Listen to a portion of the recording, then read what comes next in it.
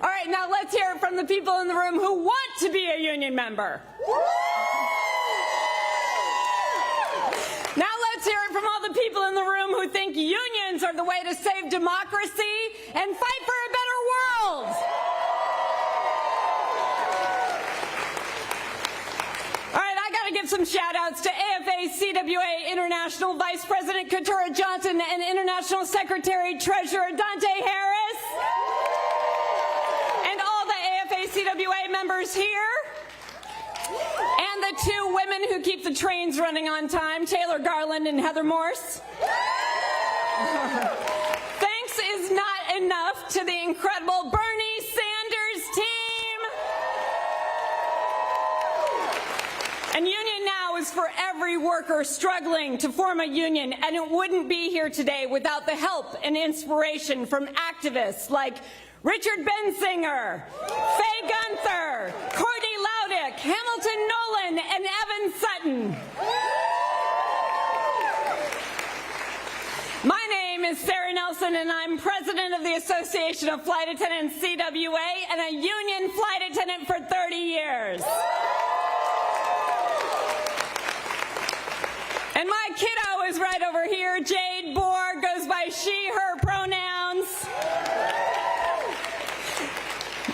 Right here in New York, we have 6,000 flight attendants at United Airlines Local 6 and hundreds more at Delta's subsidiary, AFA Endeavor Local 45, and 5,000 of 30,000 flight attendants at Delta Airlines, based here in New York and organizing to form their union and negotiate their first contract.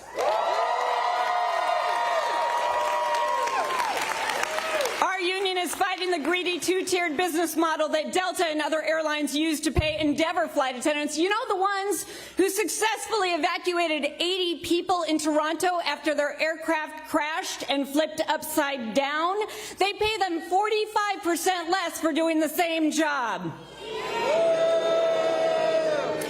And right now, United Airlines flight attendants are voting on a contract that will improve job security and immediately increase compensation by 45%, along with paying flight attendants for boarding for the first time. So these are massive gains to lock in, but we will never get the things that we really need unless the working class has more unions. Is the same as the entire working class, and ever since Ronald Reagan fired the air traffic controllers in 1981, unions have been on the decline, removing the one check we all have on corporate greed. They've stolen our money and they've stolen our time. They've pushed us out of our homes into medical debt and attacked the right to an education. We all have a favorite teacher, and yet billionaires vilify teacher unions because they don't want an empowered working class. Income inequality is worse today than it was just before the Great Depression. So picture this. If you stack $100 bills, does anyone in here know what those look like?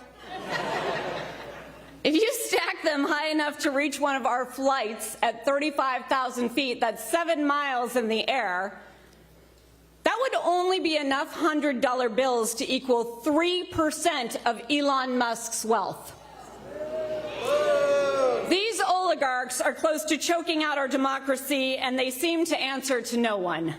But that isn't true. They answer to the workers at Tesla, SpaceX, Amazon, Whole Foods, REI, Wells Fargo, Starbucks, Google, and Delta Airlines when workers form their unions. None of our unions will change the economy alone, even as we hold them accountable one contract at a time. 70% of workers want a union, but barely 10% have one. Union Now wants to change that and bring the politics to the people and get the billionaires out. Union Now is launching today. It's a 501c3 established to directly support workers who are organizing or striking and fighting for fair contracts. Too often the boss has all the power to starve workers during a fight. Union Now will work with unions directly to ensure workers have the means to win. And if we commit to do this together, adopt the campaigns that you hear about today as your own, we can organize at a scale to win big fights against big employers. For example, go to deltaafa.org right now to get your supporter pack for when you fly Delta and help us get to an election. Winning the world we want for the people requires building our unions. Now! Did I scare you on that one? What'd you guys say? Yeah! All right.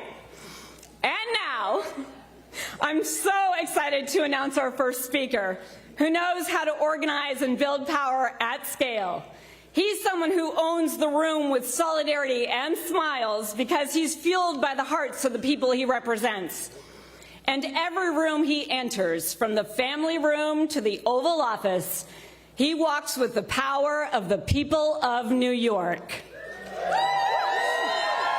He literally just did this for 6 miles walking home yesterday. This is a man who knows that with a good job, it's easy to fill thousands of potholes, shovel a city full of snow, or create jobs that matter. Like the first ever deputy mayor for economic justice, filled by Madam Secretary Julie Su.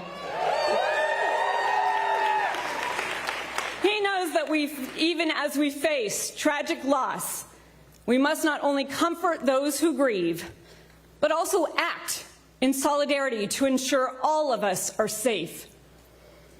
He's here with us on his 100th day in office, making unions and the working class central to building the city we all need. Please welcome to the stage, Mayor Zohran Mamdani, to help us say, Union Now!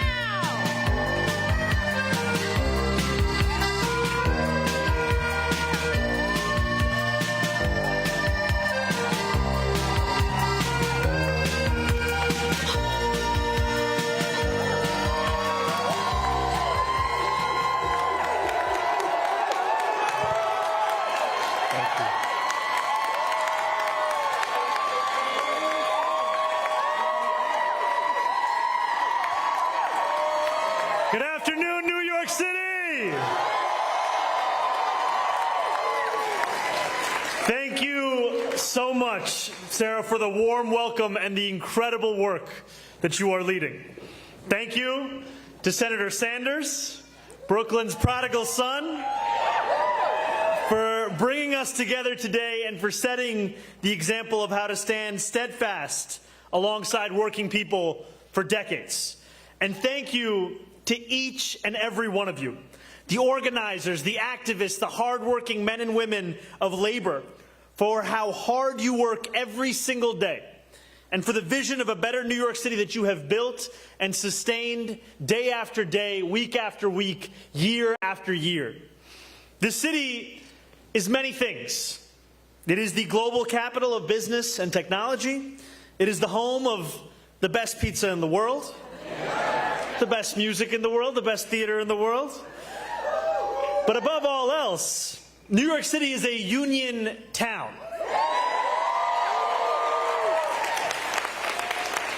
Now I want you to say it with me, New York City is a union town. There is no New York City without unions. Across the world, when people think of our city, they think of greatness. And when they think of that greatness, whether they know it or not, they are thinking of the power of organized labor. When they think of towering engineering marvels like the Empire State Building, they are thinking of the union steelworkers and bricklayers that built it into the clouds. When they fly halfway across the world to see a Broadway show, they benefit from unionized flight attendants, baggage handlers, and airport cleaners at JFK and LaGuardia, union hospitality workers at our hotels, and union actors and union stagehands that make magic happen on that stage.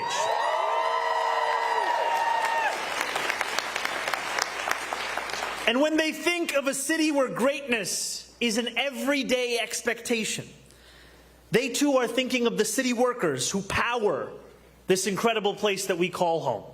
the school teachers who teach our children, the New Yorkers who drive our buses and our subways, the ones who clean our streets and tend to our parks. Each and every one of those New Yorkers is in a union. And from the Met to the newsroom, the warehouse to the coffee shop, more and more New Yorkers are bargaining for their first contracts.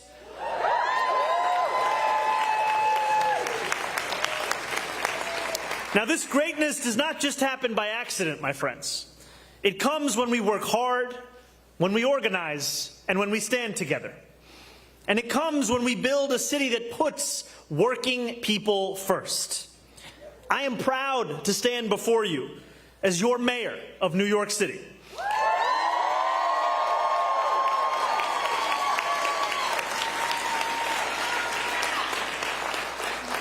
I haven't been here at this exact venue since I was a candidate for this position.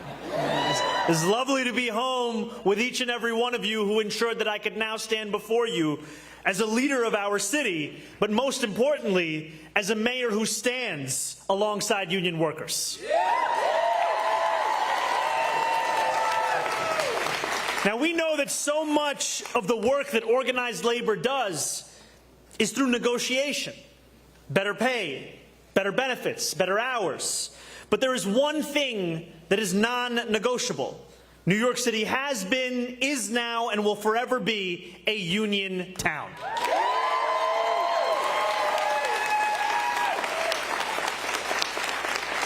Since I took office 102 days ago, we have taken that solidarity and sought to turn it into a practice.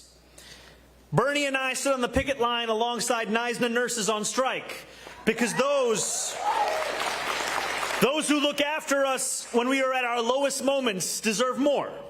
They deserve to be safe on the job. They deserved pay raises and pensions that were protected. And above all else, they deserve dignity. NYSNA won that dignity, not because any politician gave it to them, not because management gave it out of the goodness of their heart, but because they stood together and because they fought for it.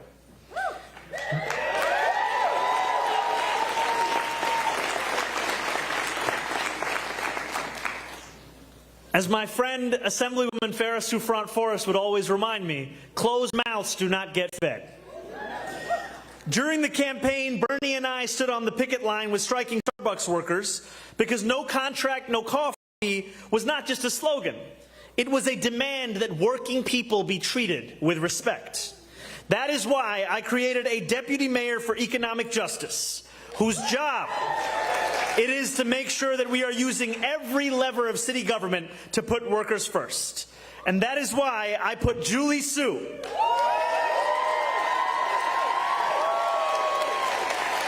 the former Secretary of Labor and a lifelong champion for workers and unions, in that job.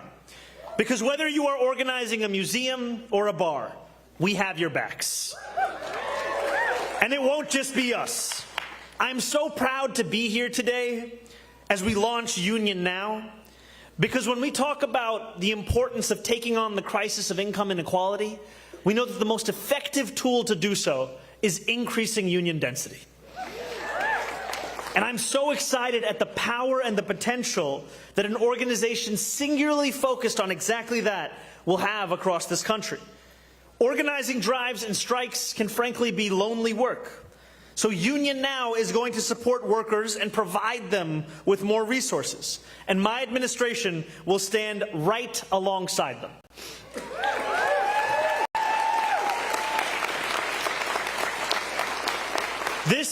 This moment demands nothing less. AI and robots are coming for human jobs. Worker protections are being eroded. There are companies that think that exploitation is a viable business model. They are wrong. I am looking out on a room full of New Yorkers who are spending their Sunday, their hard-earned time off, standing side by side with strangers they have never met but care about all the same. That is solidarity. That is an unbreakable bond. Because we know that a people united will never be defeated. So I ask you to say it with me one more time. New York City is a? New York City is a? New York City is a? The work has only just begun, my friends. The work is something that we shall all do together. Thank you very much.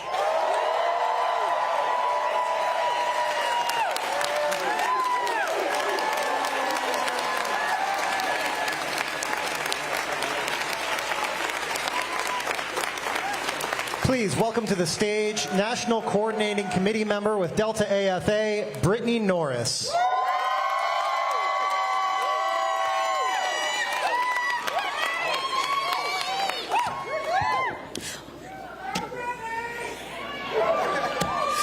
Welcome aboard, everyone. I'd like to serve you as your flight leader for the next few minutes. My name's Brittany Norris, and I am a 10-year Delta Airlines employee.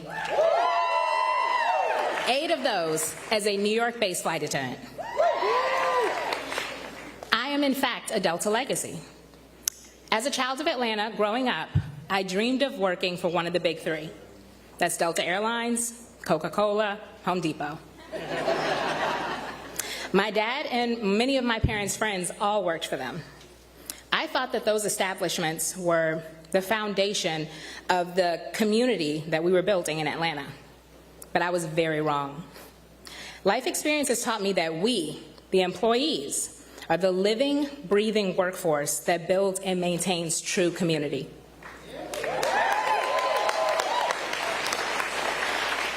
A community that looks out for one another, protects each other, and provides and protects us when we need it most. I've had many experiences on the aircraft and abroad that have shown me that my employer will never care about me as much as these flight attendants right here when we share that jump seat.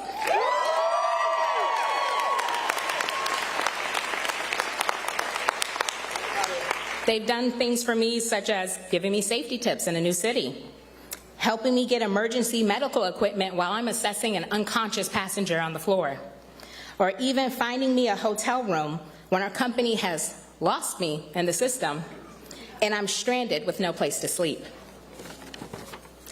It took some time for me to understand that all of these interactions were creating community and building solidarity between me and my colleagues. My commitment to the Delta AFA campaign is my commitment to building that solidarity. We as Delta flight attendants deserve safe work conditions, we deserve pay protections, and we deserve a fair and competitive pay scale. Yet, organizing this campaign is larger than just my work group. This campaign is the largest private sector single vote union election in the United States with almost 30,000 flight attendants.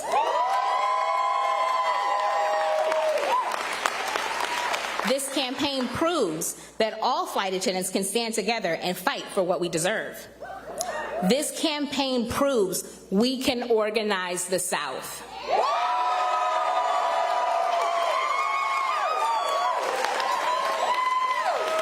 And we are going to make it happen. When we win this, I will become a 3rd-generation union member, and I'm so proud to continue that tradition for my family. And I'm also going to get to start that tradition for so many of my colleagues and their families. I'm so proud to join all of you here today and join the ranks of unionized workers in America.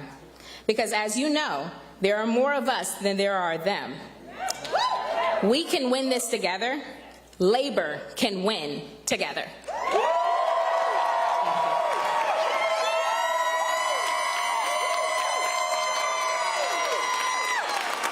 Please welcome to the stage Executive Officer of New York's own AFSCME, Local 1549, Elson Primus.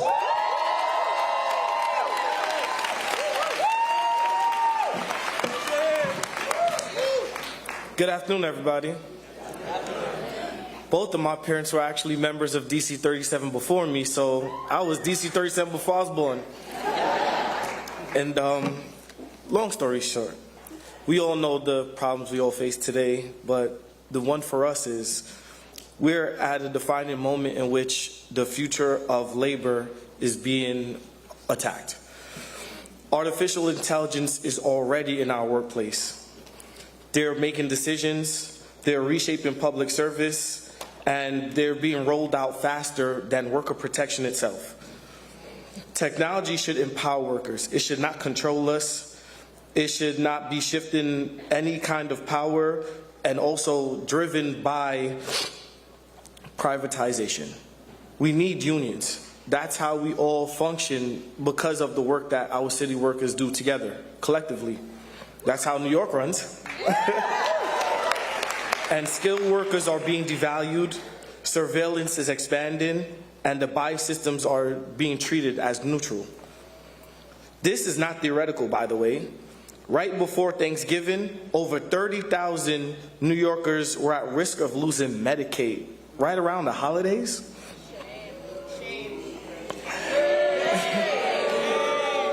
And what was the cause of this? Good question. A failed AI system. It was city workers, union workers, my own DC 37 family that worked overtime throughout the holidays when the system failed us to carry that burden, and our jobs are threatened. We are the expendable ones. These errors hurt us all. When people can't get care, people end up on the street. That means more people suffering, more passenger delays. Who like train delays?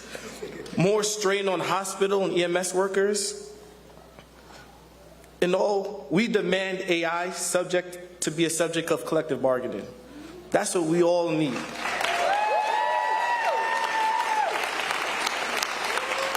We demand human oversight, protections against job loss, limits on surveillance, transparency, and above all, accountability.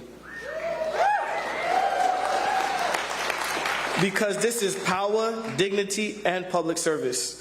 Do we allow technology to be used as a tool to weaken labor, cut jobs, and concentrate power? Or do we fight to ensure it is used to strengthen public service, protect workers, and serve the people? We know where we stand. We stand for workers. We stand for unions. We stand with fairness. And we stand for a future where technology works for the people, not against them. Solidarity.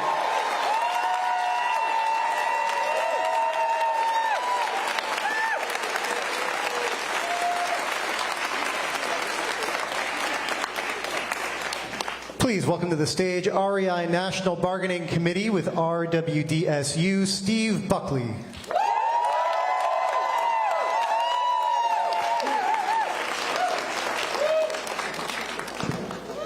Howdy, y'all. I'm Steve Buckley. I work at the REI store down in Soho, New York, Lower Manhattan. And in 2022, me and my coworkers formed the first union in the history of REI, joining the RWDSU. And since then, 10 more stores have organized the union, ranging all across the country, because we could, because we are workers and we fucking demanded it. But we would also not be here if it wasn't for the brave baristas at Starbucks who inspired us and made us believe that we deserve rights and dignity at fucking work. And like them, much of our early organizing was centered around working through a pandemic where our safety and security was put at risk. From getting sick at work, from being harassed by customers, being threatened by people who won't wear a fucking mask. That is what we were organizing around. And now we're organizing around the existence of our jobs. We are organizing around the demand that REI, in its endless pursuit of economic growth, should not do so at the expense of slashing jobs and slashing wages.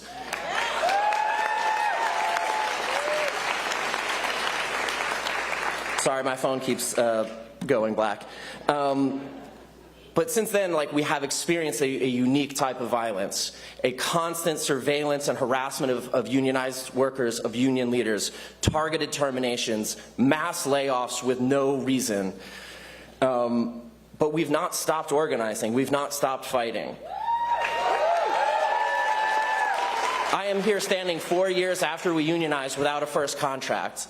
I was part of the worker delegation that announced our union, and I'm still standing here before you today because we deserve dignity and respect at work, and it's not going to come unless we keep fighting for it.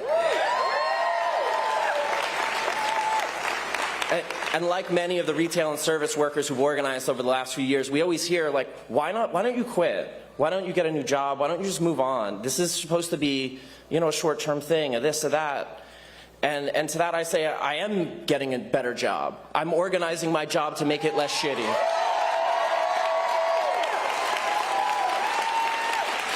And all of these companies have seemed to forget in their mindless obsession with AI that it is the workers who make these places run, that it is us as people who sell clothing and help people learn how to be outside and tell them how to not die when they climb a goddamn mountain, that we are the people who drive their profit. They have forgotten that New York City is a union town. They have forgotten that workers across the country and community members and members who own the goddamn co-op will continue to stand with workers. My time is about to be up. Go to boycottrei.com. We're calling for a boycott of the biggest sale of the year. Please stand with us and join the pledge. Solidarity forever.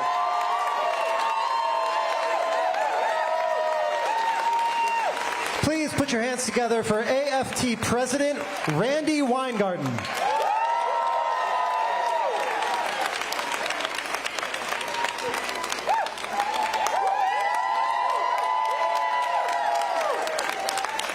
Okay, I am really short here. Can you see me?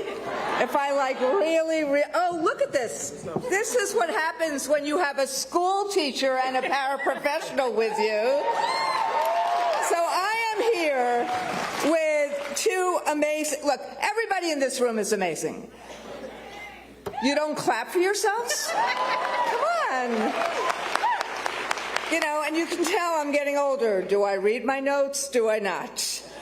But I am here with two amazing members from the United Federation of Teachers, Fran Gachet and Trey Taylor. Trey rushed here from church so he could tell the story. Yes. And I'm so glad to see so many union workers in this room, in this hall, in this union. Are we a union town? Yes. This is what I love about coming home. So, look, I wanted to be here today to both say what a fabulous idea it is to have this new program union now, and to also talk and introduce these two amazing workers. Because it's really important to try to get a union, but also, when you have one, it doesn't mean we have nirvana. As we know from 32BJ, who we are about to support, we have to fight for rights every single day. We're in the middle of a strike in the middle of Illinois, and just this morning at 4 o'clock, UTLA got to a contract that our members and the kids in LA deserve. So it's not just getting to a contract, but I want to just say what Sarah, really lift up the Delta campaign and what Sarah said, because it should not be radical to want a living wage, to want a dignified retirement.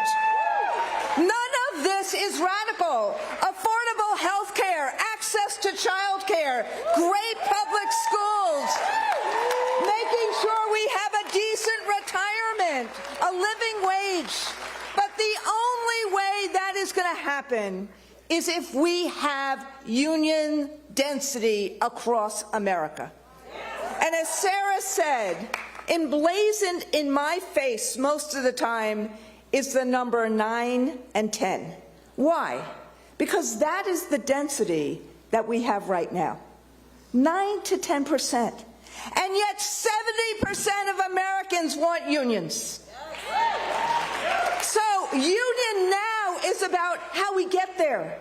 How how we create the density. Because when we have the density like we had in the 50s and the 60s, I'm not saying the 50s and 60s were great, but what I am saying is that we had more of a middle class then than we have now. We had less income inequality then than we had now, and we certainly had no billionaires or trillionaires then as we have now. So, we have to do things, including getting to first contracts, including organizing. And I feel like an evangelicus on this because our union, you all know me as New York City, but our union nationally has now organized, drumroll, 283 new units since 2022. And yet, what the other number we count is that we still have 76 outstanding first contracts. Because we have to get first contracts. And the first contract may not look like the fifth contract, but what a first contract does is it says that we have everybody's back, and everybody is together, and there's due process, and there's a voice at work, and there is a way of challenging the boss to make sure we can get the equality, the opportunity that all workers deserve. And that is why I am glad to be back in my hometown to say union now, and this new process and this new 501c3 is really important. We, the community of labor, need to make sure that people who want to organize know that we have their back. So do we have their back? Yeah. Do we have their back? Yeah. In this great union town, do we have their back? Yeah. And as that saying goes, the people united will never be both, will never be neither defeated nor divided. So, with that, as I said, there are still constant fights that we have to wage. And we have two fights going on in New York City and New York State right now, the mighty, mighty UFT, about a living wage and about a decent retirement. And what I want is I want these two amazing workers to talk about those fights so that you know what those fights are about and why we're fighting them. So I'm going to introduce Trey Taylor first because he is a paraprofessional at PS 721 Queens. I'm forgetting my mnemonics in New York. The John F. Kennedy Jr. School. He works with special education students. But the problem right now is, and we have this in DC 37, we have this in other places too, the problem right now is you cannot make a living and live on $30,000 a year in New York City. And so what we have in New York is we are trying to get something called the respect check, a living wage. Do it outside of collective bargaining, just like Union Now is a new initiative outside in that way. And Trey is one of those leaders in trying to fight for that, one of those paras who want to make sure he stays in this job. The kids love him, but he needs to make sure he can fund and care for his own family. And then after Trey, I'm going to introduce Fran Gachette is coming up to this microphone too. And she is in her 13th year of teaching.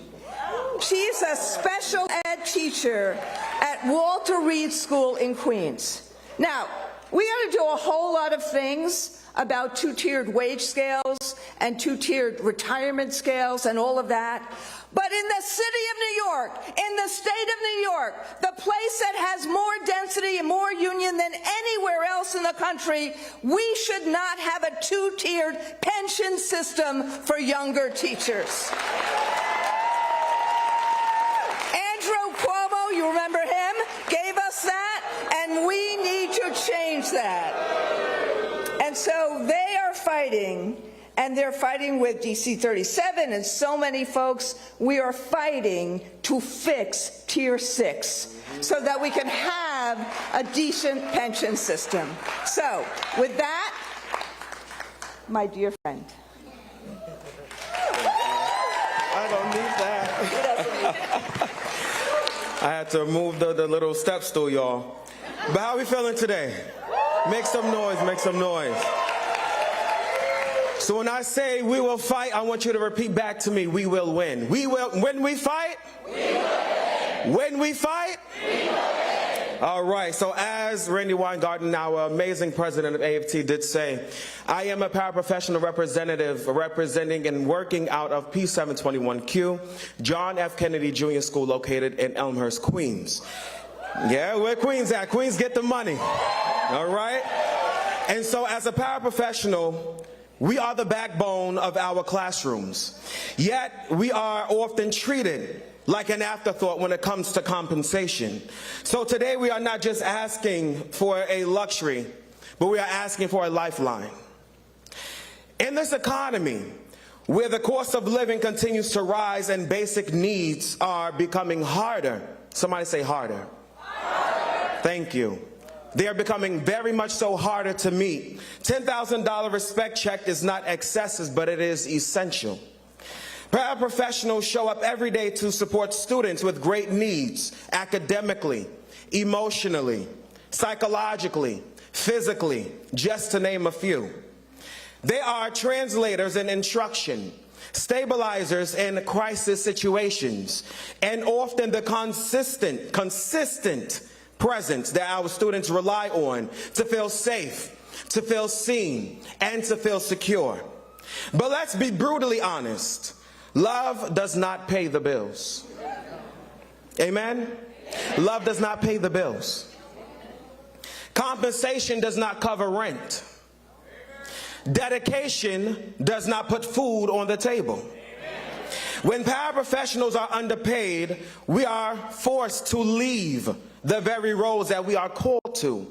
And as a believer, one thing that it reminds me of is when the Word of God says that many are called but few are chosen. This is a chosen work for us paraprofessionals. He doesn't call the ones that are equipped, but he equips the one that's called. And so with that all being said, come on, y'all was clapping, go ahead.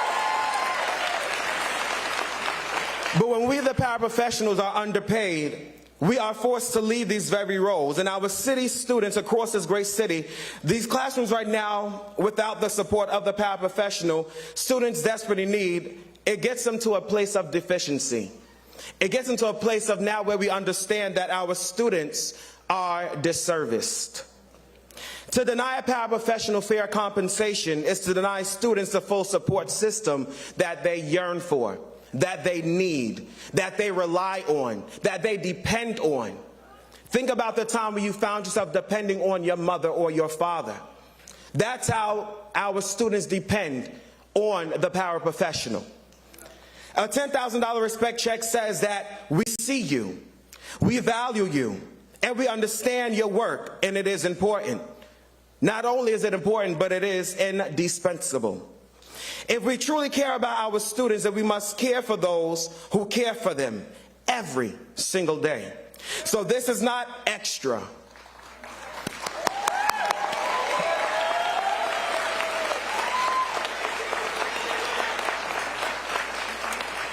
So when we think about the $10,000 respect check, it is not extra, but it is about survival. It is not about a want, but it is about a need. And this respect check just may seem to words to some, but what we need or what we yearn for is for respect in action. And when we make this personal, think about the times where I can give my own testimony, where I found myself, some of you may have heard me before, but I found myself sleeping in my car. Right? Let's put ourselves in that predicament. Being homeless, facing homelessness, having to sleep in your car, having to pray that you will have something in your bank account just to make ends meet, just to put gas inside of the very car that you slept in. That is where the paraprofessional is. So it is absolutely essential. It is not a luxury, but it is a lifeline for the paraprofessional who decides that they have to make ends meet, but yet their heart and their compassion for what they do for the students each and every day who cannot advocate for themselves is put on that same lifeline. You are putting your essentials, your necessities, all of your life on the back burner to make sure that your student who cannot speak, who cannot write, who cannot read, who cannot do all the things that we take for granted each and every day, we put ourselves on the back burner and put them as our first priority. So when I say in this beginning,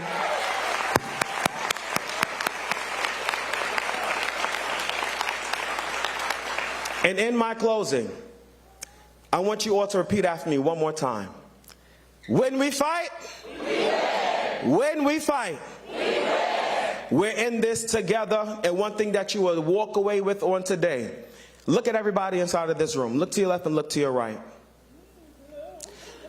Now, as we do it in the church, look at your neighbor and say, neighbor, we are stronger together than we are apart. Thank you.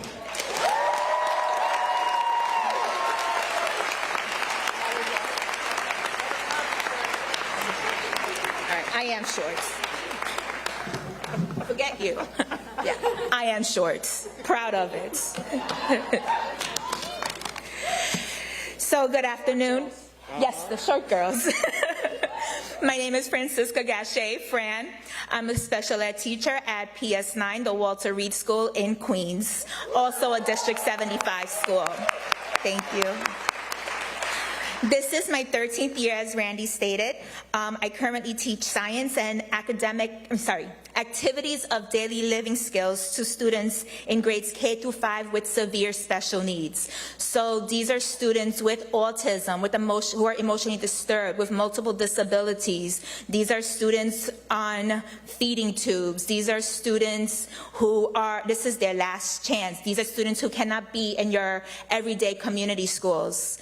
I am there every single morning, Monday through Friday, from 8 to 2:20, sometimes later, taking care of them. Thank you. So I came into District 75 in 2013 through the New York City Teaching Fellows Program. Prior to becoming a teacher, I worked in CUNY, but I volunteered as a learning leader. I'm working with students with special needs in the New York City public schools. So obviously, I came into this field with love. So at the time, while getting into the program was highly competitive, finding a teaching position was also difficult. But that was 2013, and Tier 6 was only in effect for 1 year. Certification requirements hadn't changed yet, so I am grandfathered in under the former certification exams. Since then, we've experienced a huge shortage of teachers, as those in the previous pension tiers are retiring and college graduates are choosing not to enter the field of education.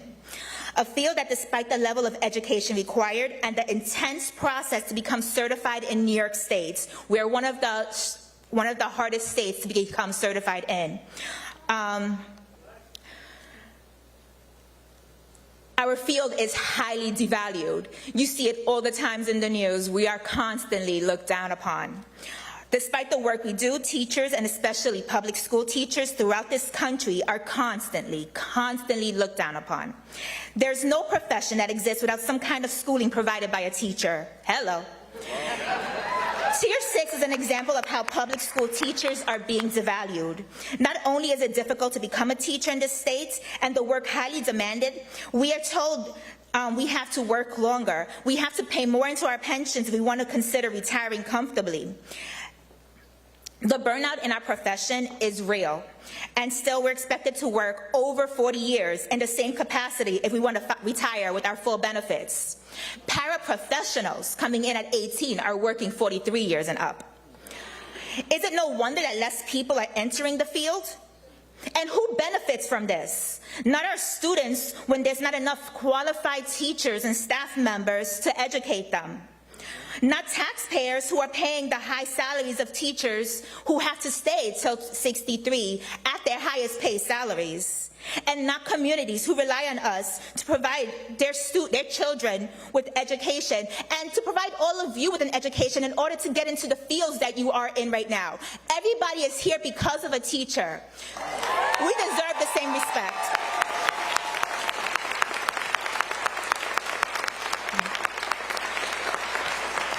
When we fight, we win.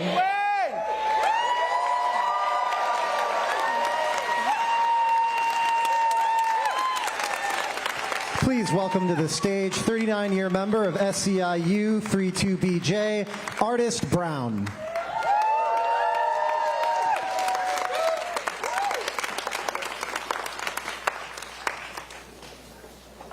First things first, when I say 32, you say BJ. 32! BJ.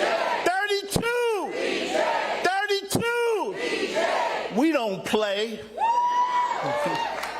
Hi family, my name is Artist Brown and I'm a proud member of SEIU Local 32BJ, and I'm here today with my president, Manny Pastridge, and I'm a member of the largest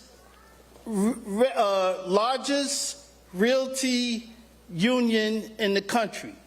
And what we do right now is we have 185,000 members up and down the East Coast, but I work here in New York City in the residential division. I've been a concierge in a luxury condo on the Upper West Side for 39 years.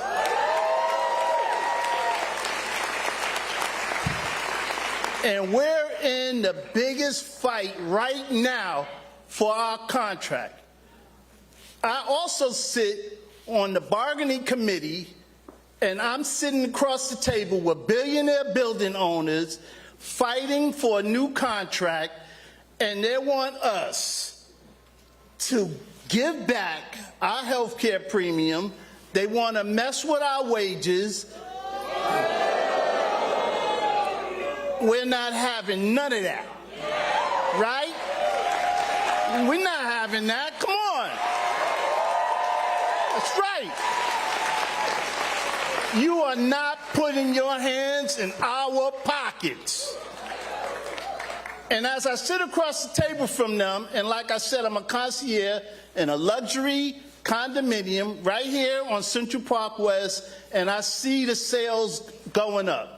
I see apartments starting at $1 million, and some of the apartments, I've been there so long, I saw some of those apartments being sold four and five times, right? And right now, on April 15th, this coming Wednesday, we're going to have a rally and a strike vote, and we're going to shut down Park Avenue.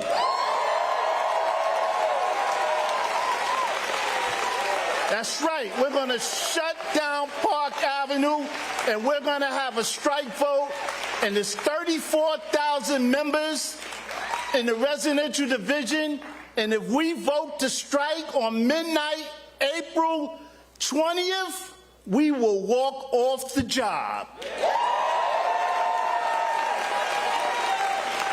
And one thing I know for sure is that rich people do not like to be inconvenienced. So we talking about people that may have to put out their own garbage? No. Have to hail their own cabs? That's right. Come downstairs and get their packages? And guess what? They don't like strangers in the building. But I'm here with my union family in solidarity. Right? Right? Right? Right?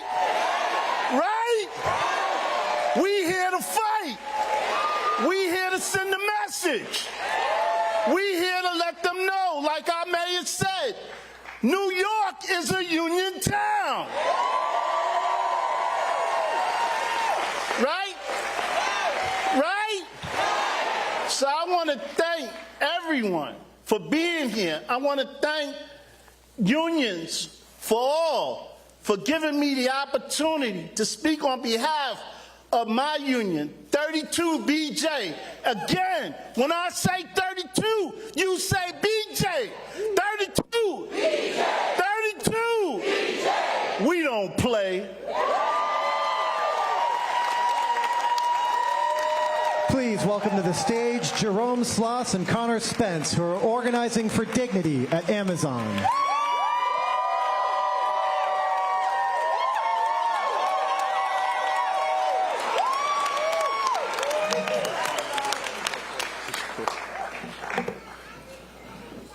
Hello, my name is Jerome Sloss. I live in Brooklyn, and I work as an Amazon delivery driver, and I'm a member of the Teamsters Local 804. I'm also a working musician, and I create music that reflects the harsh realities for working folk living through class inequality. In doing so, I have learned a hard and often repetitive lesson that everyone is an artist until rent is due. That my work and creativity are limited to what's in my bank account, which means if I want to bring my ideas and music to life, I have to sacrifice 40 hours of my life to a corporation that doesn't give a shit about people. That doesn't sit right with me. I joined this fight because I believe in solidarity amongst working class citizens and building worker power. I can no longer stand by and allow corporate greed and labor exploitation to go unchecked. I am doing my best to organize my coworkers, but too often the cost of living and exhaustion drown out my words. For some people, this is enough to walk away entirely, but I choose to rise to the occasion and listen to my workers, to my coworkers, and build relationships because I care. When managers and owners are turning a blind eye, when they refuse to acknowledge our hard work and choose profits over people, organizers are there to collect the stories, to check in on their families, and to build. For everyone out there right now on the front lines participating in mutual aid groups, labor unions, helping workers, and organizing, please don't stop now. Meet the moment. Get ready to be uncomfortable and have that awkward conversation. Ask questions, be that annoying coworker, offer that ride home, organize the potlucks, and build community. If we want a better life for ourselves and future generations, then we're going to have to fight for it. We can protest and rally until we're blue in the face, but unless we're willing to withhold our labor and shut the system down, we're not going to get anything.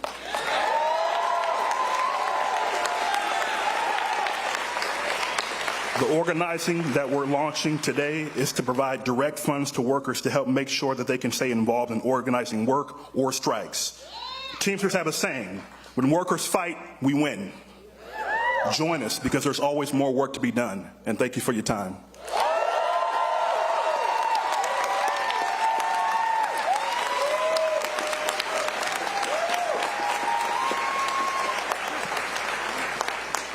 All right, brothers and sisters, it's good to be here. My name is Connor Spence. I'm the president of Amazon Labor Union Teamsters Local 1.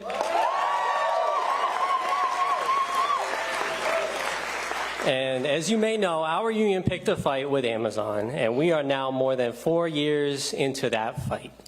4 years of union busting, 4 years of illegal stalling, 4 years of a sophisticated war on workers waged by consultants and lawyers and corporate executives whose sole focus is to extinguish our collective dream that a better world is possible. But despite all that, we are still standing.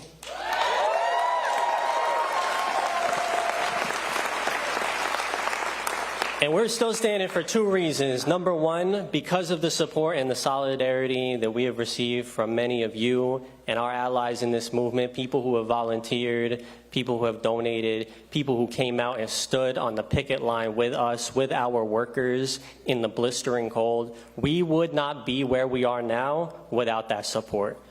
So thank you.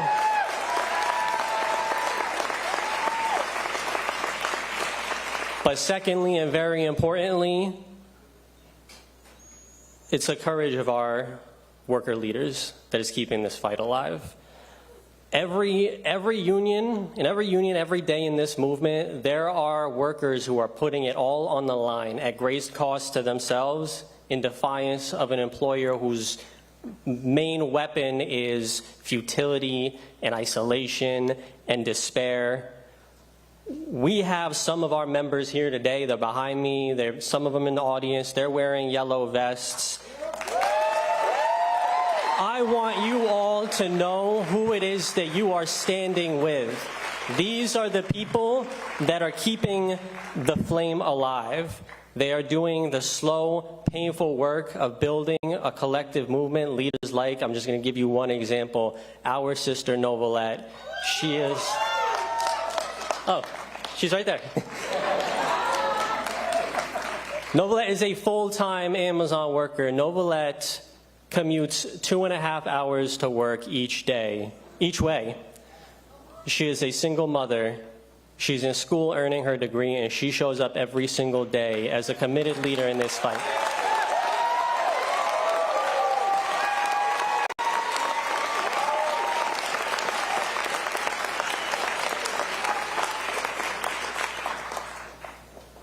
Workers like Novelette, there are many like her, they are carrying this movement on their back. So yes, please show them love, show Novelette love, show all the workers love. If you see them, tell them that you appreciate the work that they do and that you are standing with them. It's because of workers and because of our allies that the fire is still alive and that we've held the line long enough to win some honestly incredible victories. Just last week, we forced Amazon to affirm that Amazon workers have a right to go on strike, and we won even greater protections against retaliation so they can't punish workers who do that.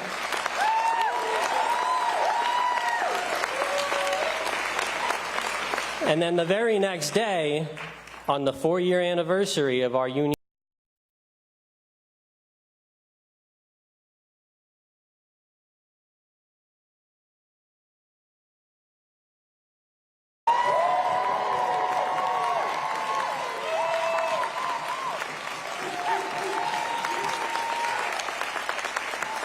we did that as a movement.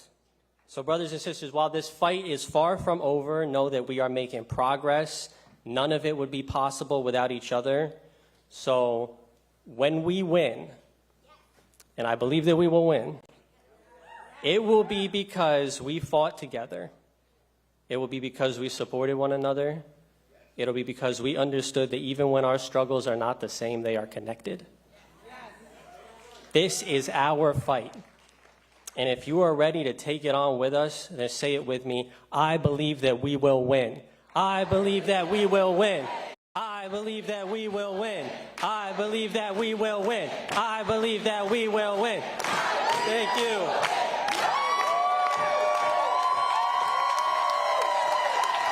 Please welcome to the stage, proud member of the World of Warcraft Game Makers Guild, CWA, Brett Wilcox.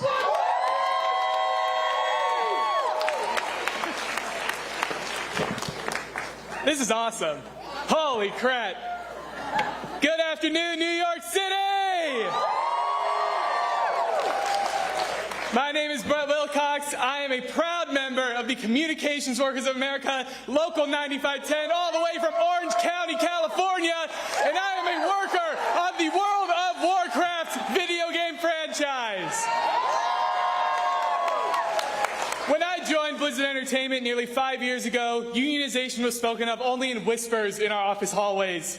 But I remember a mantra that a very dear friend once told me. They said, nothing worth doing ever comes easy. Through persistence and a lot of hard work, our World of Warcraft developers and quality assurance workers certified one of the first wall-to-wall video game unions in our industry.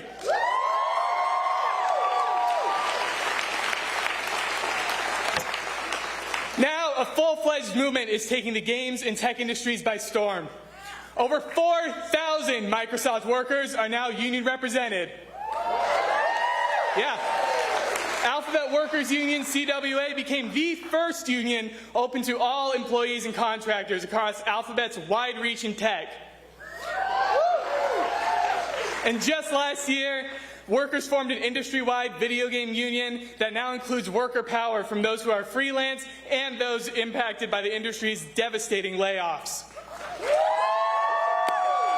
Because when we fight, we win. When we fight, we win. Today, workers at Blizzard and other Microsoft studios are now in the toughest fight of our campaign. We still need to tackle sweeping changes in the workplace, including wage increases, robust protections against layoffs, and being able to have a collective say on how generative AI can and cannot be used in our work. Nothing worth doing is ever easy. Myself and James right here on our bargaining committee have been working tirelessly at the table with Microsoft, working on another tough fight in our campaign, bargaining over a landmark first contract that all workers need and deserve. We are continuing to demand that Microsoft bargains with us in good faith and without delays. But the fight does not stop there. There are so many studios and companies in the video game and tech industries that don't have agreements in place for organizing to take place or for their leadership to remain neutral. But I look forward to the day where all my comrades in the tech space are able to build their union power together.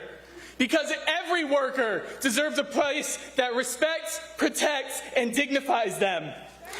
Every worker deserves a wage that gets them beyond paycheck to paycheck living.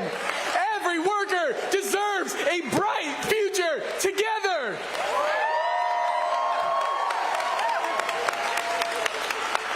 The labor movement, it needs you. It needs every single worker to step up and fight for what that future looks like. And all that starts with one conversation with an organizer about your workplace. The fight will not be easy, but alongside my union siblings, stewards, and supporters, the fight will be worth it. Thank you. Please welcome to the stage Starbucks Workers United member from Lower Manhattan, Mina Leong.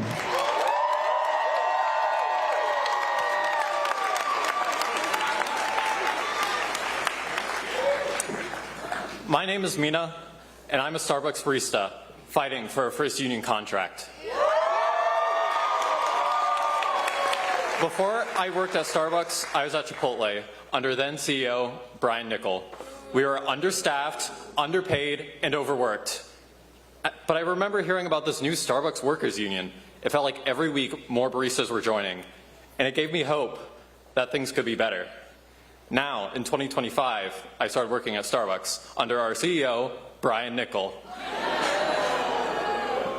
And would you believe it, we are understaffed, underpaid, and overworked. But now, I'm a member of the union that I looked up to. When I joined the union, I was shocked to find out that we did not yet have a contract. One of the first actions I took as a rank-and-file member was voting yes and authorizing a strike to bring the company back to the table. My store went out on strike for over 2 months, and on the day we walked out, Mayor Mamdani's transition team was on the picket line with us. It was a moment that showed me that we were not alone in this fight. This week, we brought the company back to the table after nearly a year. But already, they're engaging in regressive bargaining. They're trying to move backwards on issues we've already settled instead of settling the few that we have left. We are ready to bring this home and finish our first contract. And Starbucks, we expect you to do the right thing. I know that with the help with everybody in this room, we can win a fair contract, which will be the first of its kind in the fast food industry. We need you to stop buying Starbucks, delete the Starbucks, and delete the Starbucks app from your phone. No contract, no coffee.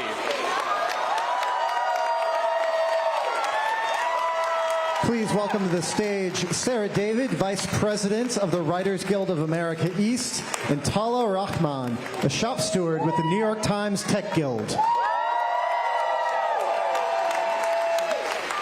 Hello, New York. I have a question.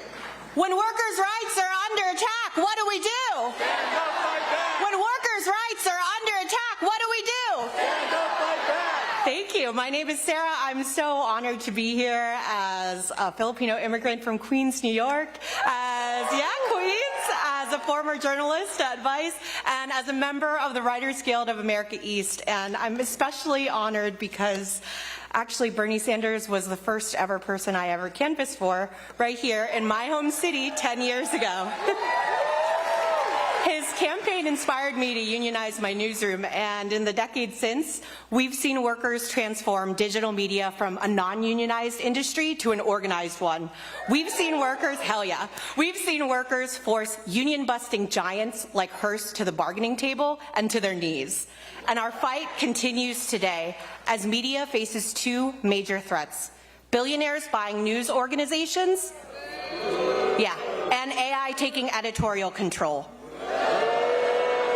Mega conglomerates like Paramount, Skydance, CBS, Viacom want to use AI as a tool to deprive human workers of work, or human workers of writing work, to litter the media landscape with misinformation, and to let democracy die in darkness. As billionaires consolidate media companies, unions consolidate worker power. That's why we need unions. And the Writers Guild, along with the News Guild, SAG-AFTRA, the Directors Guild, and the Freelancers Union, we're pushing New York State to pass the New York Fair News Act. This is common sense AI legislation with requirements for human oversight and clear disclaimers of any use of AI in news. Journalists need the New York Fair News Act to pass in the Senate and the Assembly and to be signed into law by Governor Hochul this year, an election year. And workers need your solidarity in the fight of organized money versus organized people, because the people will always win. And I ask you one more time, when workers' rights are under attack, what do? Stand up, fight back. Thank you.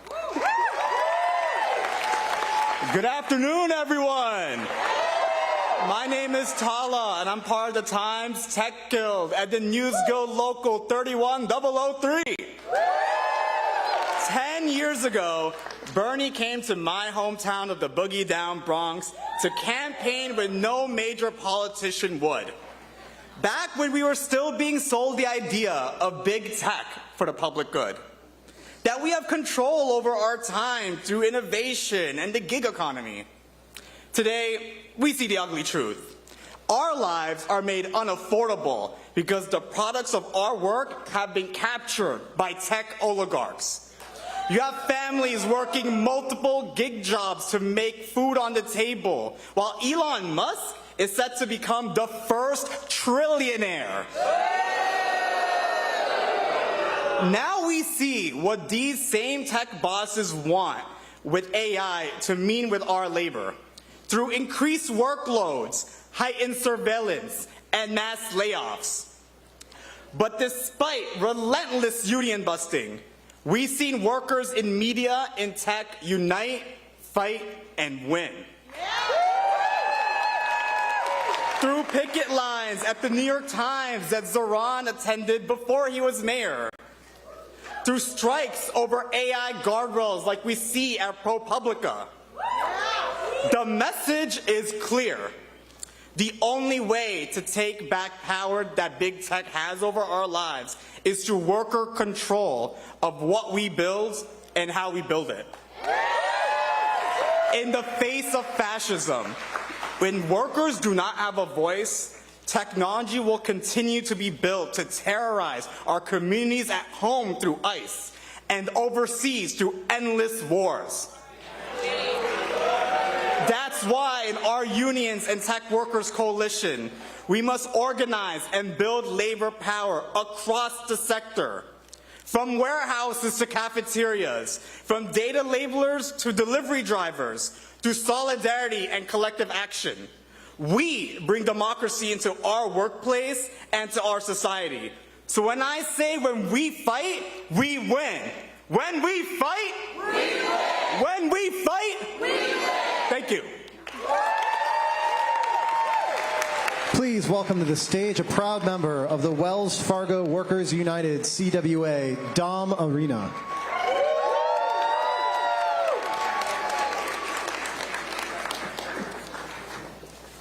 Good afternoon, union siblings. My name is Don Marina. I'm a teller at a Wells Fargo branch in West Haven, Connecticut. And I'm here to tell you why Wells Fargo workers across the country are fighting to form a union, win a first contract, and why we need your support. Most of you know about the bank's past scandals. Customers were pushed into buying financial products they didn't want because CEOs put bankers and tellers under intense pressure to meet unrealistic sales goals. Wells Fargo got caught and got penalized, but now federal regulators have let the bank off the hook. The CEO got a $30 million bonus and a $10 million raise. Boo. While many of my coworkers need a second job just to make ends meet. And that's crazy because Wells Fargo has over $2 trillion in assets. It can afford to pay its workers a living wage. But after the Federal Reserve lifted its asset cap, sales pressure is back with a vengeance, and the stress is intense. As a teller, one mistake can cost me my job. We're organizing a union to prevent that from happening. Because when workers have the right to stand up against unethical pressures without fear, we can make sure our customers are treated fairly.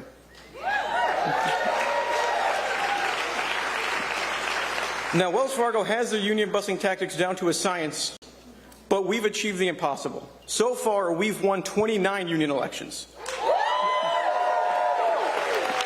But with 4,000 branches, we still have a lot more organizing to do. And Wells Fargo is dragging its feet in contract negotiations, hoping that we'll give up. But we won't. Because when Wells Fargo workers win, working people everywhere win.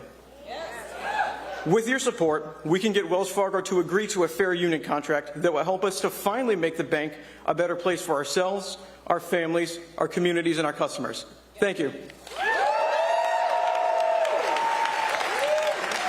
Please welcome to the stage co-organizer of the Transit Museum Collective of AFSCME District Council 37, Patricia Janik.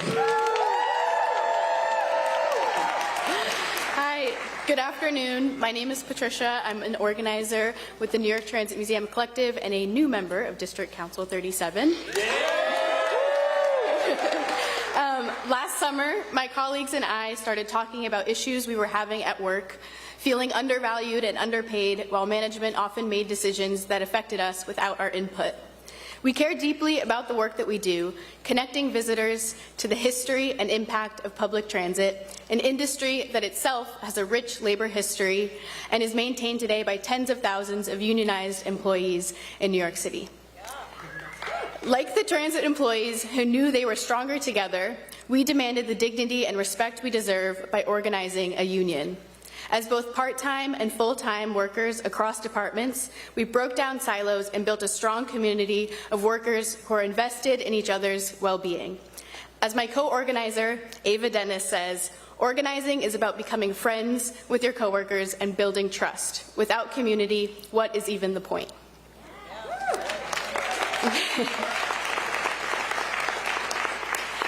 I'm proud to say that 2 weeks ago, we, the workers of the New York Transit Museum, won our election to form a union with a unanimous yes vote.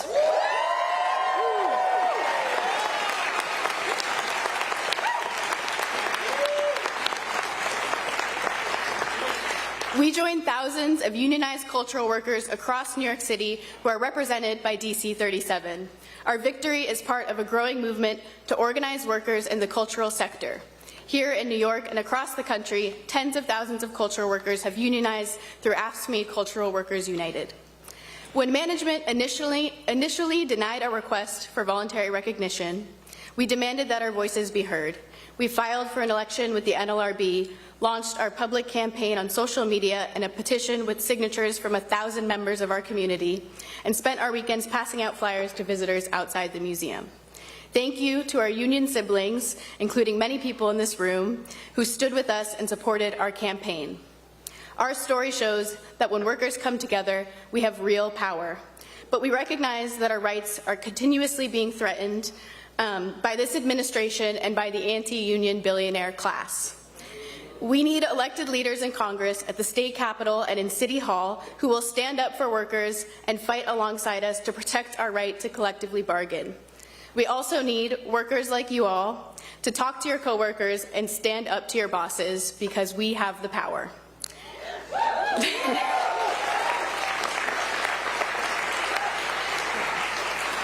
We've won our union, but this is just the beginning, and now we head to the bargaining table with your support and solidarity. So thank you.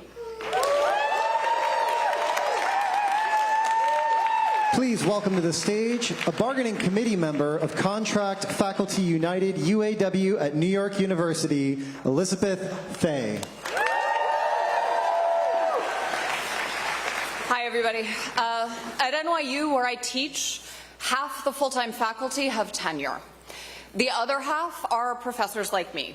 We do the same work, but we do more of it for lower wages and with weaker job security.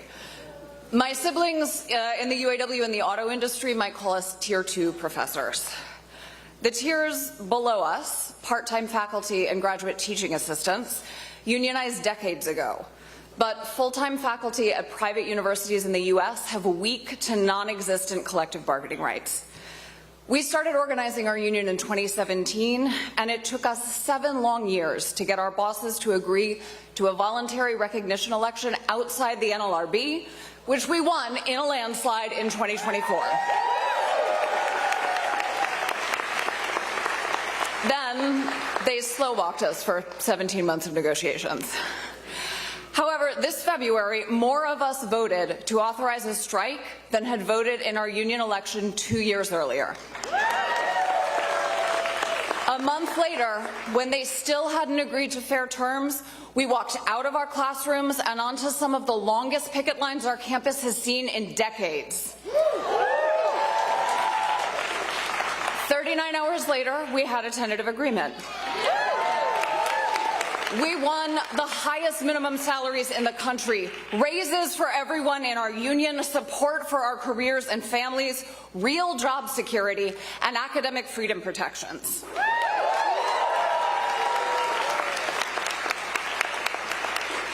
We didn't wait for a friendlier board or fairer laws. We fought and we set new standards for full-time faculty at private universities nationwide. We were ready to fight because we'd been organizing for 9 years. We had talked to each other, but we had also talked to our students about how little of the $100,000 in yearly tuition they pay goes to our salaries, and about the debt that many of them will carry in exchange for the education that they get with us. Higher education is under attack. And across the country, university administrations are choosing not to fight. Instead, they are eagerly turning our institutions into educational services corporations. Yeah. This is bad for staff, it is bad for faculty, it is absolutely catastrophic for students. Collective bargaining can curb our bosses' worst impulses. But if we want to save our universities, we have to keep organizing between contract cycles. We have to keep organizing to build power among staff, among students, among faculty, across ranks and titles. We all need to fight. They are not going to fight. And when we fight, we win. When we fight, we win. Thank you. Please welcome to the stage an organizer of the Philly Whole Foods Workers Campaign with UFCW 1776, Ed Dupree.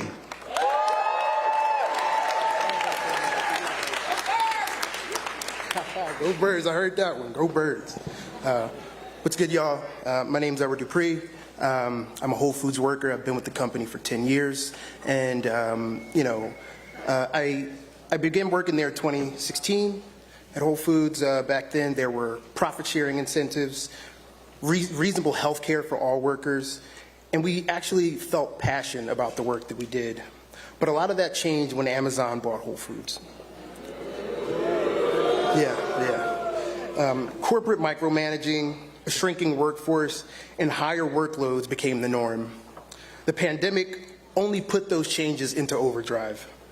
In that time, I built deep and strong connections with my coworkers, gaining wonderful friendships, and meeting people that I would later consider my comrades. These connections helped us understand the need for a union at our store. After years of organizing underground, we won our election in January of 2025.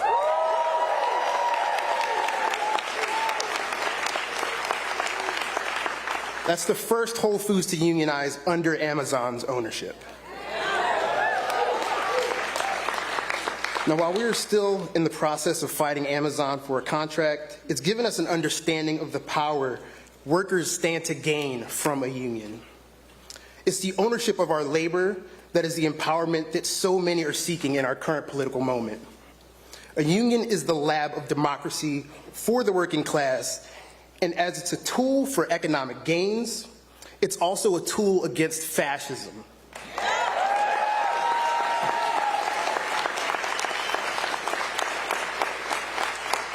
This is where working class people learn and can fight against the oligarchic ruling class. Workers must get organized, not only for our wallets, but to shift the direction of our collective futures. EWOC is the organization that we turn to that supports workers and teaches them exactly how to organize a union. We learn the basics from them, and they have volunteers all in New York and throughout the country ready to help you do the same in your workplace. So now is the time to get educated, but most importantly, it's the time to get organized. Thank y'all.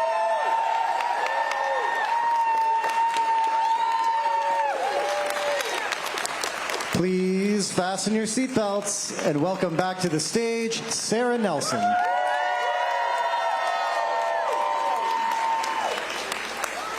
Union what? Union what?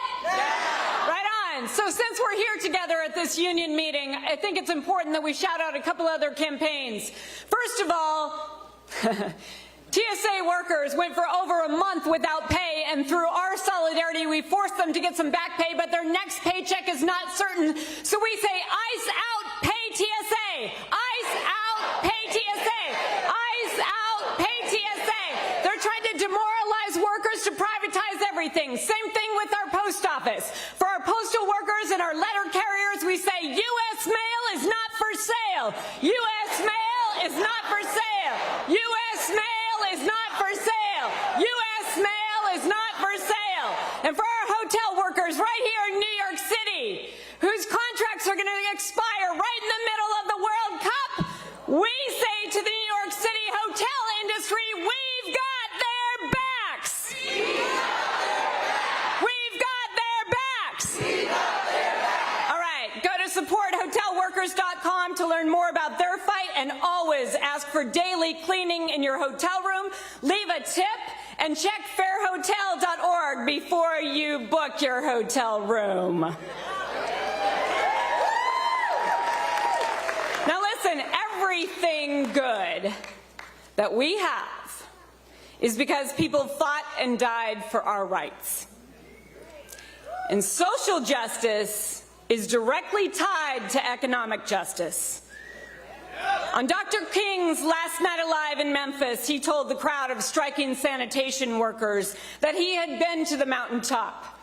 He had seen the promised land. He said, I may not get there with you, but we as a people will get there. Dr. King knew that no one person or one leader can do it alone. With those words, he deputized all of us to take up the fight for freedom. And now it is up to us. It's our time to build our unions for a good job with a living wage. Union now? Union now. A decent home? Union now. Healthcare is a human right? Union now. A good education without a death sentence? Union now. The right to read and speak the truth? Union now. The right to protest our government and love the immigrants and Native Americans who have always made our country great. A world where we can breathe the air, drink the water, hike, run, swim, and ski in our parks. A time and space for all of us to live, grow, and love. Union now. Say it with me. Union now. person who made it possible for this union meeting here today. Our chief organizer, who has done more to lift up worker fights across this country than anyone else with a platform anywhere in the world. The person who has said the trade union movement is the way that we fight back the worst scourges of capitalism and the billionaires who are choking out our world. The man who I said I would follow anywhere and will do anything because he believes in all of us, and he believes not me, not me. Give it up for Senator Bernie Sanders!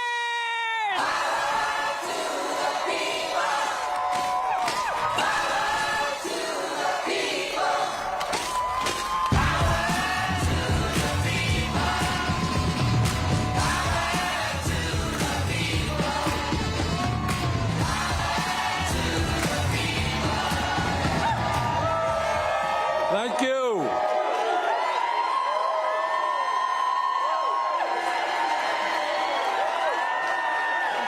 Brothers and sisters, it is an honor to be with you today, and let me thank you for what you're doing in fighting to make this country the kind of country it must become. Thank you all very much.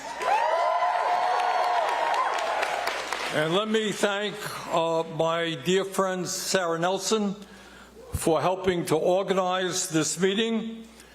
Sarah, as the president of the Association of Flight Attendants,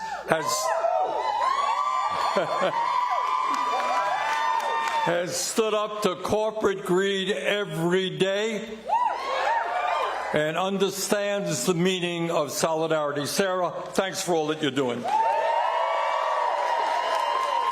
And let me thank our great new mayor here in New York City, Zohran Mamdani.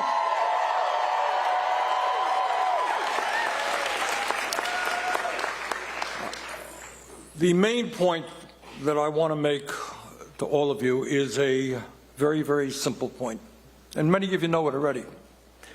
And that is, we are living in an unprecedented moment in American history. Never been a moment like this. And it is an extremely dangerous moment.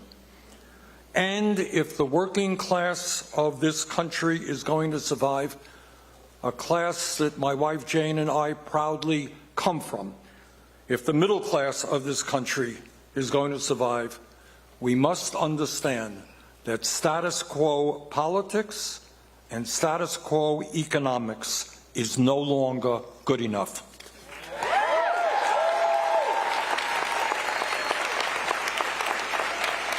Brothers and sisters, we need a new boldness in our thinking, and a new boldness in our ideology, and a new aggressiveness in our actions.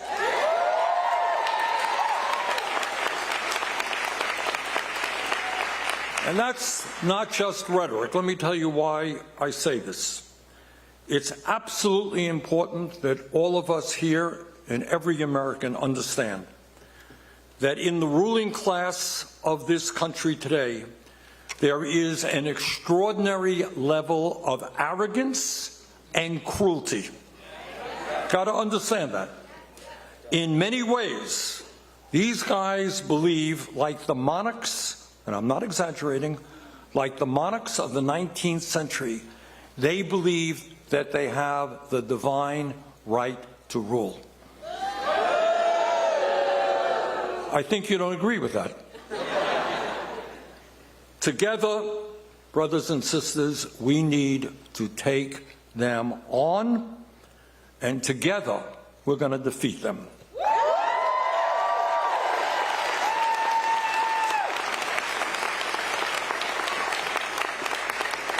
And let me tell you why we have to take them on and why we have to defeat them. It's not just for us. It's for our kids, our grandchildren, and the future generations that come. Never before in American history have so few people had so much wealth and power. Never before. The truth is that the 1%, the people on top, people who are running this country, have never, ever had it so good. But the sad reality is that for these people, all that they have is not good enough. They want more and more and more. And they don't care who they step on to get what they want. If you have to destroy the working class, no problem. If you have to cut Social Security and Medicare, no problem. If you have to take food away from hungry kids, not a problem. They want more and more and more. And I think some of you may think, well, this is just rhetoric. Bernie is exaggerating. I am not. These guys are extremely, extremely greedy people, and they could care less in terms of what happens to our children, what happens to our parents and our grandparents, and what happens to our environment. Today, the top 1% now owns more wealth than the bottom 93%. Got it? Today, and this is really quite incredible, today one person, Mr. Musk, who is worth over $800 billion, owns more wealth than the bottom 53% of American households.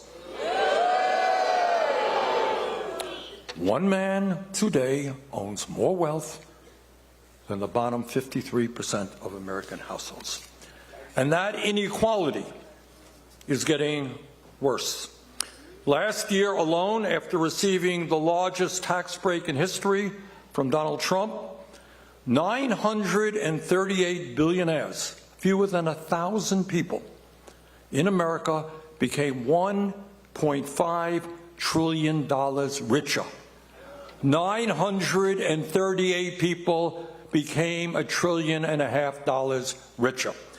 Since he was elected, President Trump and his own family have become $4 billion richer. So the people on top are doing unbelievably well. But further, never before in American history have we had such concentration of ownership. Fewer and fewer large corporations owning and controlling our economy, what happens to workers, and the prices we pay when we shop. Never before in American history have so few people controlled what we see, hear, and read in the media, both traditional media and social media. Check out who owns Twitter. You know who owns Twitter? Who owns Facebook? Who owns YouTube? Who owns Instagram? Who owns Twitch, etc. These are, without exception, the wealthiest people in the world. Not only media do they own, maybe more consequentially, never before in American history have we seen a ruling class within a corrupt campaign finance system exercise the kind of political power they have. In the 2026 midterm elections, the elections that are coming up in November, these guys already, the billionaire class already, has spent over $430 million to influence political campaigns and to buy the candidates who represent their interest. That's over $400 million already, no doubt. That number will be in the billions by the time Election Day comes. So that is the reality. Massive income and wealth inequality, massive concentration of ownership, increased billionaire control over our media and our political system. That's one reality. Here's another reality. The American working class has been under savage attack for years. As all of you know, over the last many decades, there has been an explosion in technology. Every worker here is producing a lot more than a worker did 50 years ago. Now, one might think if you were producing more than somebody was producing 50 years ago, you would be making a hell of a lot more money, right? Wrong. Because today, the average American worker, if you can believe it, is making less than he or she did 53 years ago after adjusting for inflation. And I mentioned, I was here a couple of weeks ago and I made this point and I'll repeat it briefly. I grew up in a working class family in a distant world called Brooklyn. You ever hear of Brooklyn? So my father was a paint salesman, never made any money. We lived paycheck to paycheck, but we lived in a rent-controlled apartment. My brother went to Brooklyn College, tuition free, etc. Bottom line is, despite having no money, my guess is that we lived under stress when I was a kid 50, 60 years ago than many working class families in New York are doing right now. In other words, and by the way, I should also tell you this, my mom was able to stay home and raise the two boys. How many working class families do you know where mom or dad can stay home and have just one breadwinner pay the bills? So what the hell is going on in the economy? The very rich are becoming much richer. In fact, according to the Rand Corporation, not exactly a socialist outfit, over the last 50 years, $79 trillion in wealth has been redistributed from the bottom 90% to the top 1%. So massive transfer of wealth from working people to the very rich.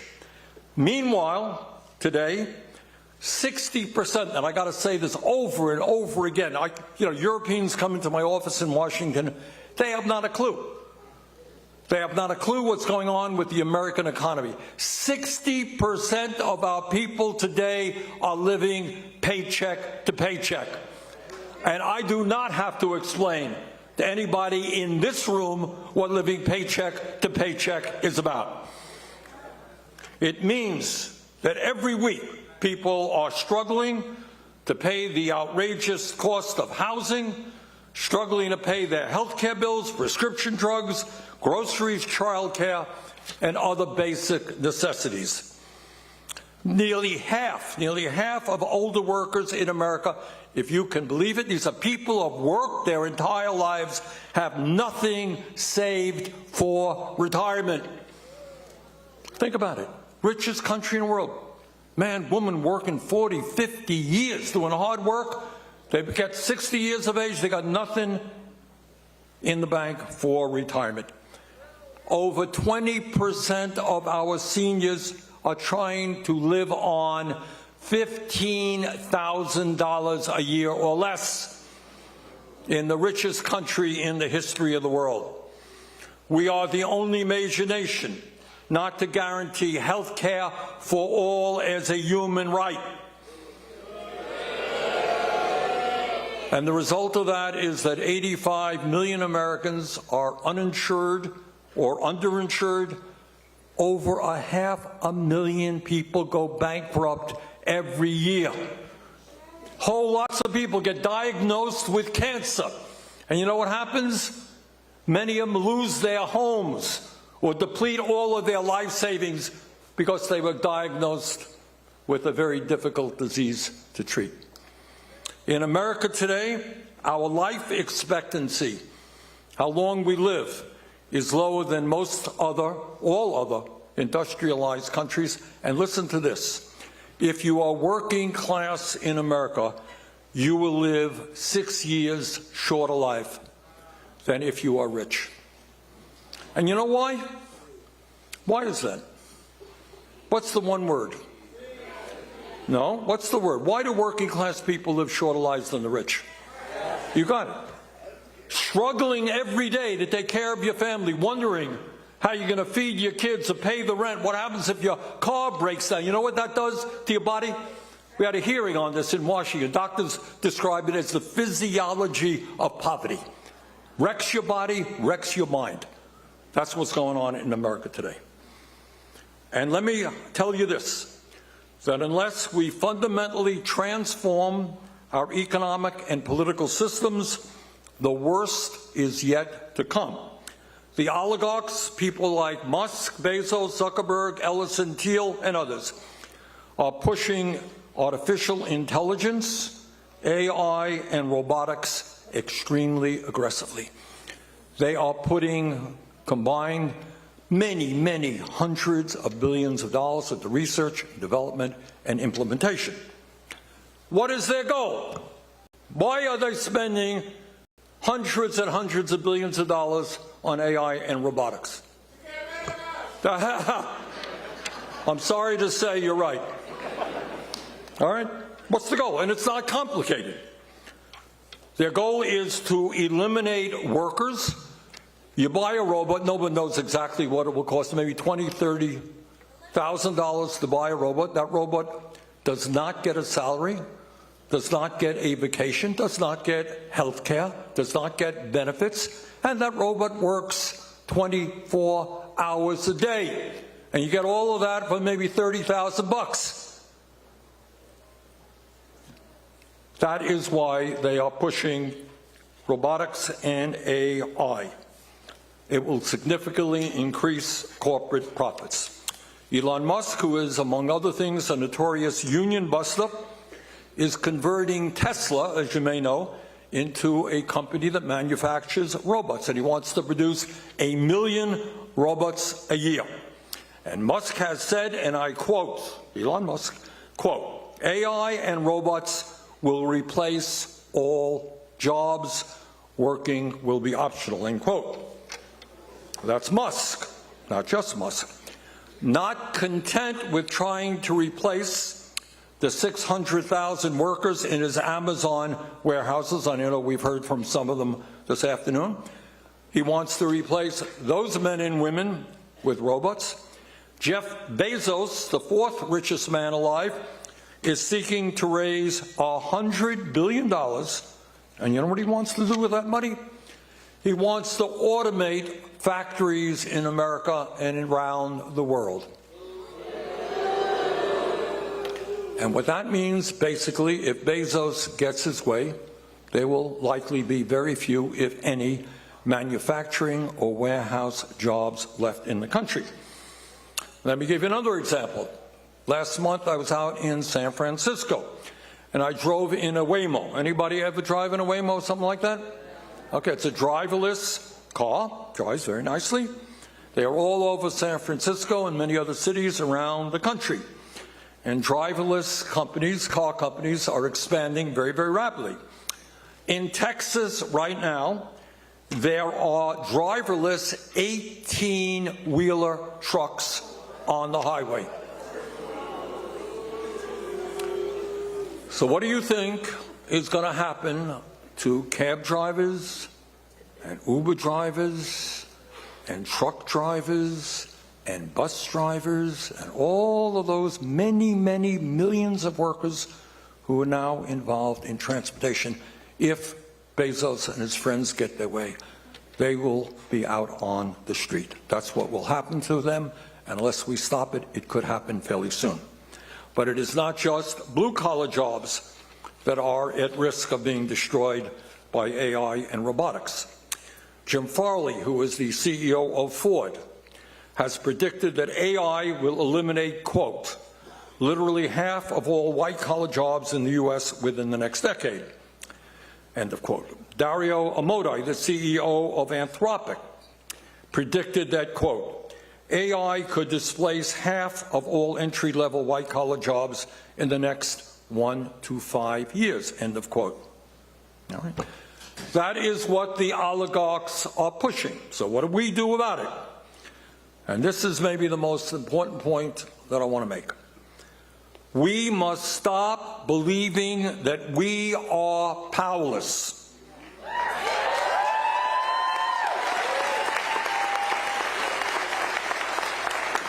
We must stop believing that it is okay, it's kind of natural for Elon Musk and a handful of other multi-greedy, multi-billionaires who are extremely greedy, for them to shape the future of humanity.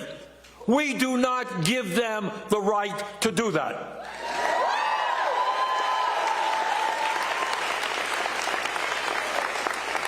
Now, one of the goals of the oligarchs and the media that they own is to make ordinary people feel that there is nothing that they can do to shape the future.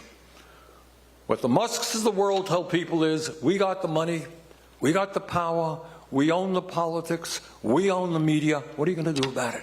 You ain't got nothing. We got it all. Forget about it.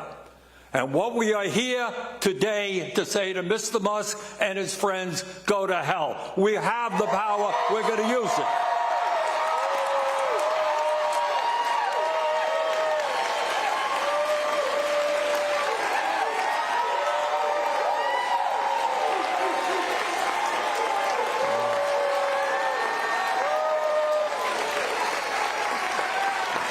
Now, I work in Washington, D.C., proud to be Vermont's senator. And every day I bump in to the extraordinary wealth and power of today's ruling class. Impacts us in everything that we do. And I see it, by the way, in both political parties. But I am also aware of what we can accomplish when we come together as we are today. I want to tell you a little story, if I might. Do you know why the oligarchs have opposed Zohran Mamdani so strongly? You know why they've opposed them? Yeah, they don't want to pay more in taxes. Not really a big deal for them. What's a few $1 million here or there? Yeah, they think that free child care and free buses and publicly funded grocery stores are going to lead to communist totalitarianism, et cetera, et cetera. But that's not really it. What the reason is that they are so opposed to Mamdani is that they saw in this city over 90,000 working people, black and white and Latino, gay and straight, young and old, Christian, Jew, Muslim, and non-believers. They came together.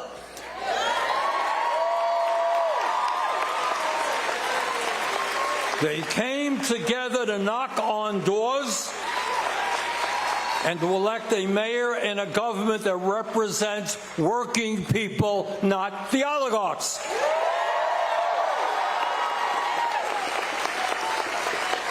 And their nightmare is not just what happens in New York City.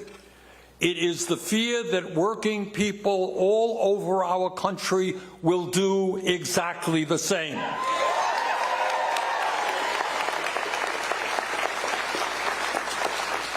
That instead of hating each other because of the language we speak or where we were born, we're going to stand together and fight for a government that represents all of us, not just the billionaires.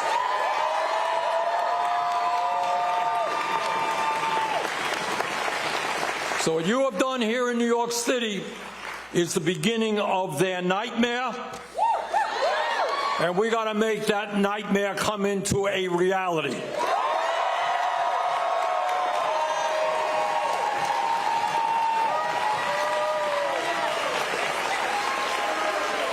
Now, the good news is that in the midst of all of the economic uncertainties that we are experiencing right now, the trade union movement, according to all of the polls, is now more popular than it has been for a very, very long time. And you guys know the reason why. When people join a union, they get better wages, better benefits, better working conditions. And that is why, and what this meeting is about, and what Sarah and all of you are trying to do, is we've got to get out and organize, bring people into the movement in a way that we've never ever done.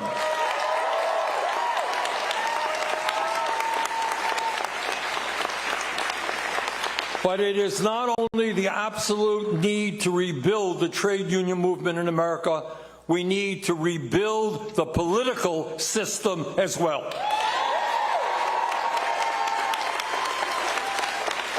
We need to restore our democracy and get big money and their super PACs out of the political process.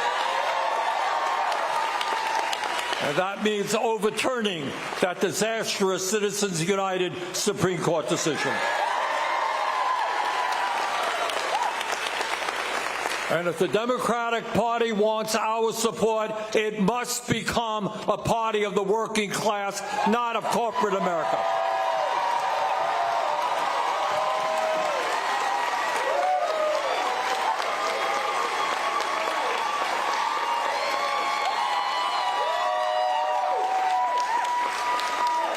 And we need to fight for an agenda that, when passed, will make certain that in this, the richest country in the history of the world, every man, woman, and child can live with dignity and security.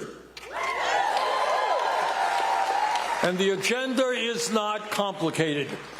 AI and robotics have got to work for working people, not the billionaire class.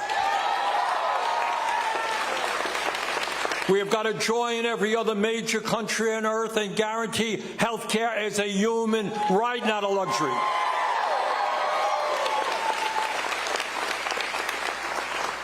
In the richest country on earth, we should not have the highest rate of childhood poverty of almost any major country. We need the best child care system in the world.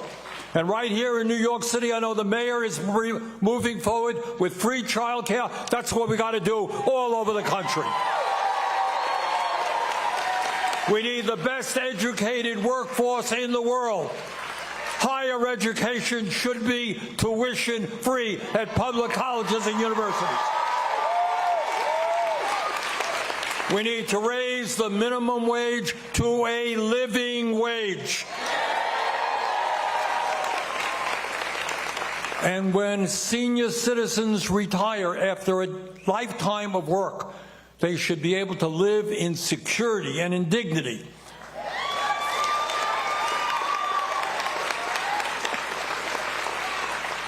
I'll never forget, we did a hearing in the committee last year, I think it was a year and a half ago, and we had a worker from the UAW come. And she said, you know, my dad, she works in an auto factory, I think in the Midwest. He said, when my dad retired, my grandfather retired actually, he had a very good pension. Do you all know what a defined benefit pension plan is? Younger people may not know this, they really may not. But not so many decades ago, for many large companies, when you retired, you had a defined pension. You knew exactly what you were getting. Stock market went up, it went down, didn't matter. You knew what you got, and they were strong benefits. Every worker in America deserves a decent pension retirement plan.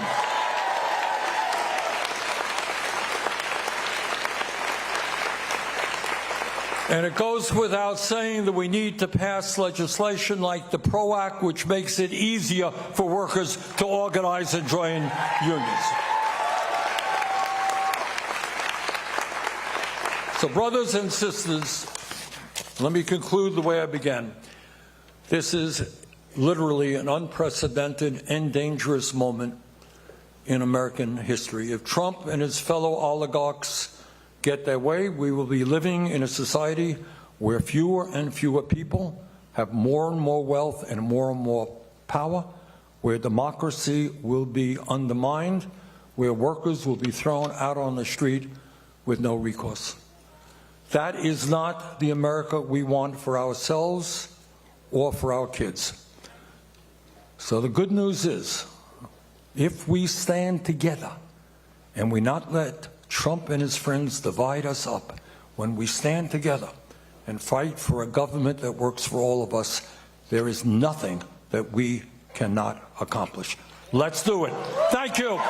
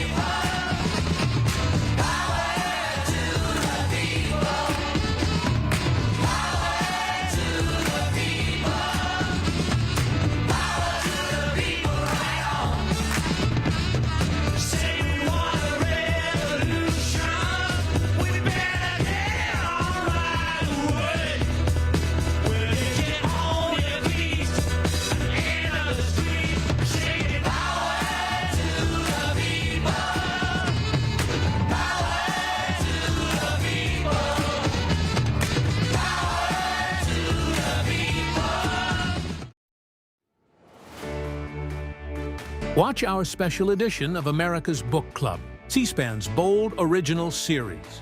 Sunday, as journalist Evan Smith interviews America's Book Club host David Rubenstein about the presidency, Congress,